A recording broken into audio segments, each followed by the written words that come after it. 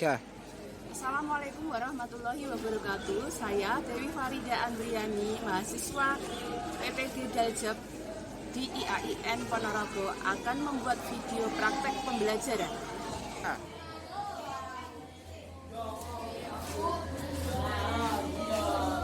Assalamualaikum warahmatullahi wabarakatuh. Waalaikumsalam warahmatullahi wabarakatuh. Sebelum kegiatan proses pembelajaran hari ini, marilah kita awali dulu dengan berdoa bersama. Amin. Bismillahirrahmanirrahim. Raditu billahi rabba wa bil islami dina wa bi Muhammadin nabiyya wa rasulah. Rabbi zidni ilma warzuqni fahma waj'alni minas sholihin. Amin ya rabbal alamin. Untuk hari ini ya anak-anak, bagaimana kabarnya? Alhamdulillah. Ya. Terus tadi sudah sarapan? Sudah. Apa lauknya? Ayam. Ya. Oke. Terus sebelum pembelajaran kita hari ini, mari saya alahkan absen terlebih dahulu ya. Intan. Dana. Sebelum pembelajaran hari ini, silakan perhatikan, dilihat dulu di sekeliling kalian ada sampah yang jatuh atau enggak. Kalau ada, silakan dibuang di tempat sampah.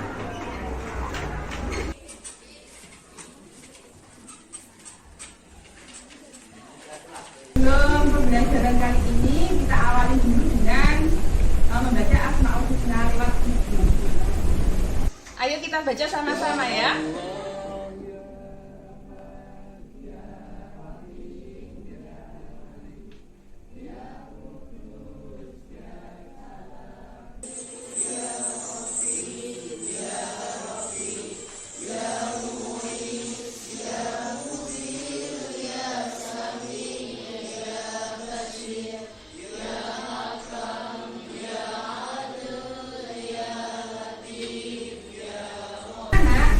Mau bertanya ya,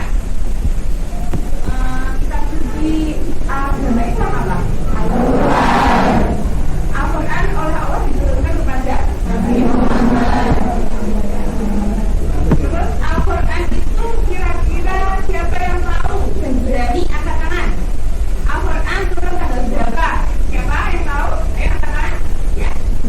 Oh ya, baik.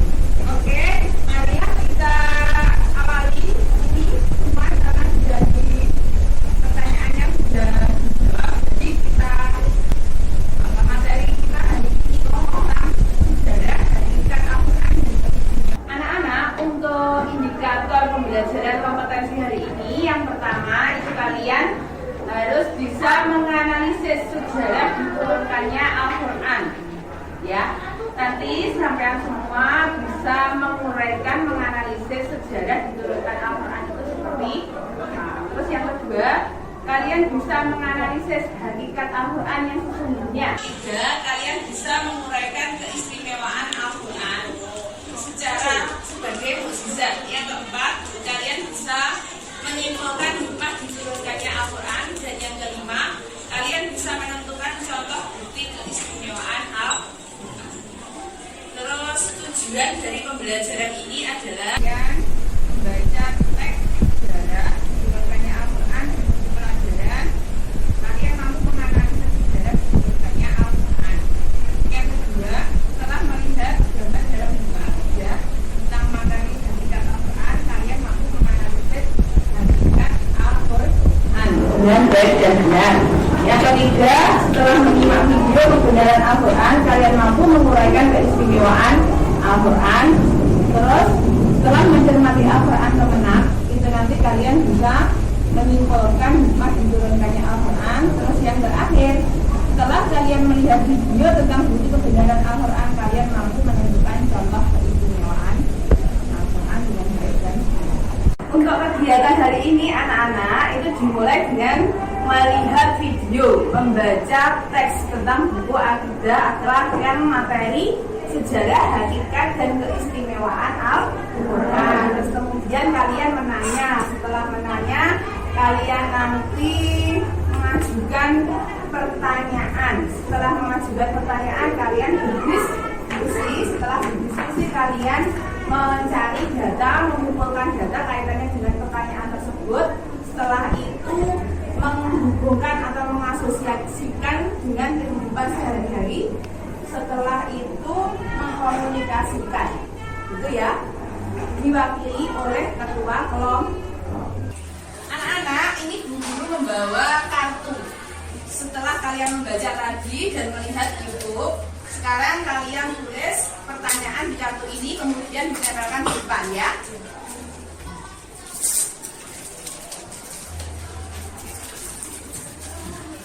Silakan.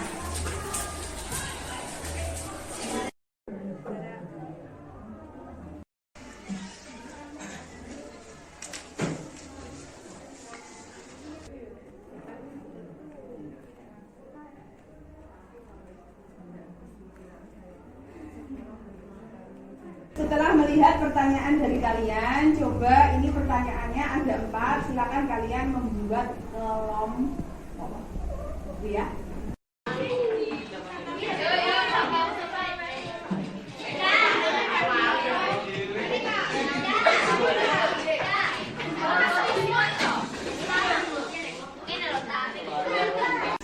Untuk pembagian kelompok 1 ini tentang bagaimana sejarah turunnya Al-Quran. Silakan dibaca sesuai dengan yang saya katakan tadi. Untuk kelompok 2, apakah hakikat Al-Quran, tolong dibicarakan nanti, disampaikan ke depan. Untuk kelompok ketiga, apa keistimewaan Al-Quran sebagai mukjizat. Dan untuk kelompok 4, apakah hikmah dari diturunkannya Al-Quran. Tolong sekarang dikerjakan.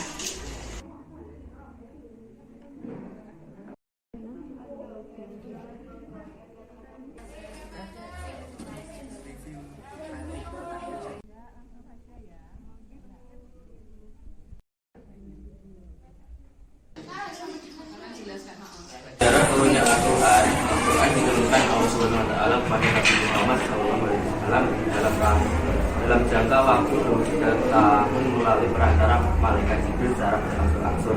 Dimulai dari bulan Ramadan ketika Nabi Muhammad SAW terus di dua Hijrah hingga wahyu ketika sebelum melaksanakan dari Wajah.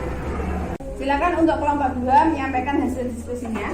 Oke, baik, hasil diskusi kelompok kami. Apakah hakikat Al-Quran? Al-Quran menurut bahasa bacaan atau yang dibaca? Tidak hanya bacaan, tapi sebagai jasa hukum Islam. Ya, terima kasih. Diskusinya, hasil diskusi tadi. Hasil diskusi dari kelompok kami adalah apakah hikmah diturunkan Al-Quran? Yang pertama, sebagai pedoman hidup manusia. Yang kedua, memberi peringatan kepada umat manusia. Dan yang ketiga, untuk memberi petunjuk kepada manusia tinggal di surga. Oh iya, terima kasih. Untuk kegiatan mengasosiasi, silakan kelompok 1 tadi hasilnya dihubungkan dalam kehidupan sehari-hari. Silakan kelompok. Berdasarkan analisis kami, jika dihubungkan dengan kehidupan sehari-hari, Al-Quran diturunkan secara berangsur-angsur. Berbeda dengan biasa, biasanya bisa secara langsung, sedangkan Al-Quran diturunkan secara berangsur-angsur. Ya, terima kasih. Silakan kelompok 3 disampaikan seperti tadi kelompok 2. Baik. Menurut kelompok kami, terjaga keasliannya, buktinya tidak ada perubahan isinya dari awal hingga sekarang. Ya, terima kasih. Sekarang kelompok 4, silakan disampaikan.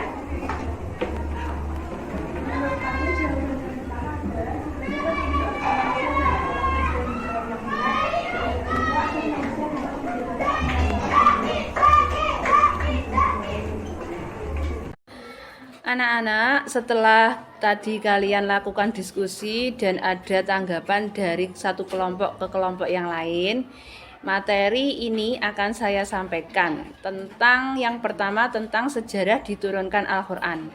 Al-Quran diturunkan Allah pada Nabi Muhammad dalam jangka waktu kurang lebih 23 tahun melalui perantara malaikat Jibril secara berangsur-angsur. Untuk yang kedua, dimulai dari bulan Ramadan ketika Nabi Muhammad tengah bertahanus atau menyendiri di Gua Hira hingga waktu terakhir ketika sedang melaksanakan haji wada. Untuk Sejarah turunnya Al-Quran, para ulama itu membagi menjadi 2 periode. Yang pertama, periode sebelum hijrah, yaitu periode Mekah. Yang kedua, periode sesudah hijrah, yaitu periode Madinah. Sejarah pembukuan Al-Quran dibagi dalam 2 tahap, yaitu Al-Quran pada masa Rasulullah dan pada masa Khulafaur Rasyidin. Apa hakikat Al-Quran yang sebenarnya? Al-Quran itu adalah kalam Allah yang diturunkan pada Nabi Muhammad sebagai mukjizatnya, dan bagi yang membacanya merupakan ibadah. Selain itu juga dapat didefinisikan bahwa Al-Quran adalah firman Allah yang diwahyukan pada Nabi Muhammad SAW sebagai Nabi terakhir.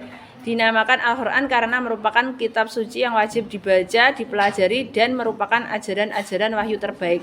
Jadi di sini hakikat Al-Quran itu intinya tidak hanya untuk dibaca, tapi lebih dari itu dapat dijadikan sebagai pedoman hidup karena merupakan firman Allah.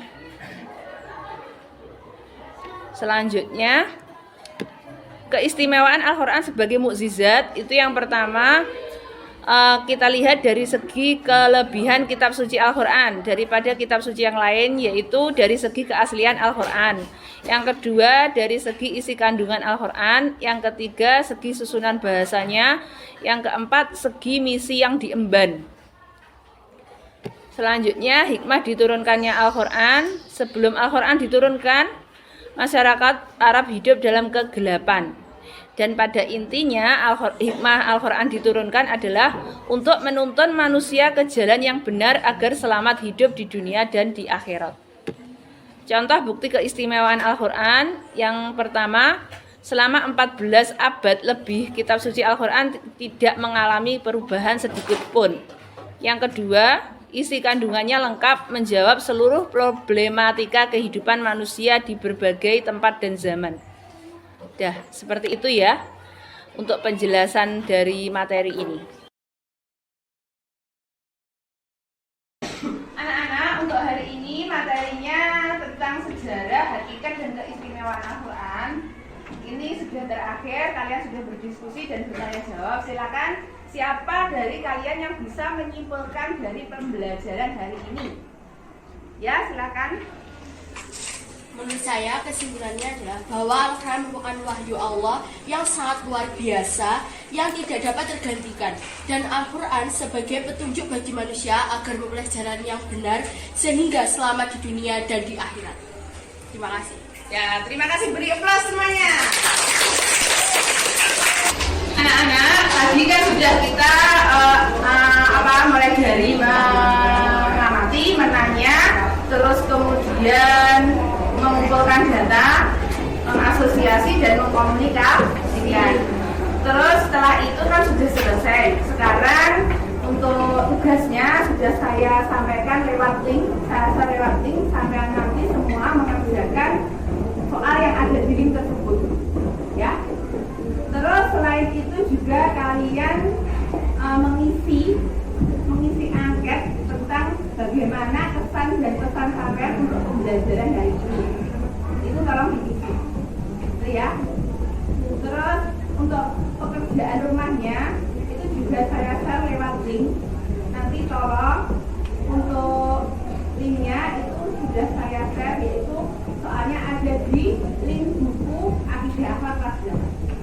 Untuk terakhir kalinya untuk pembelajaran hari ini saya kira sudah cukup, maka kita akhiri dengan bacaan doa terlebih dahulu. Silakan doa Bismillahirrahmanirrahim.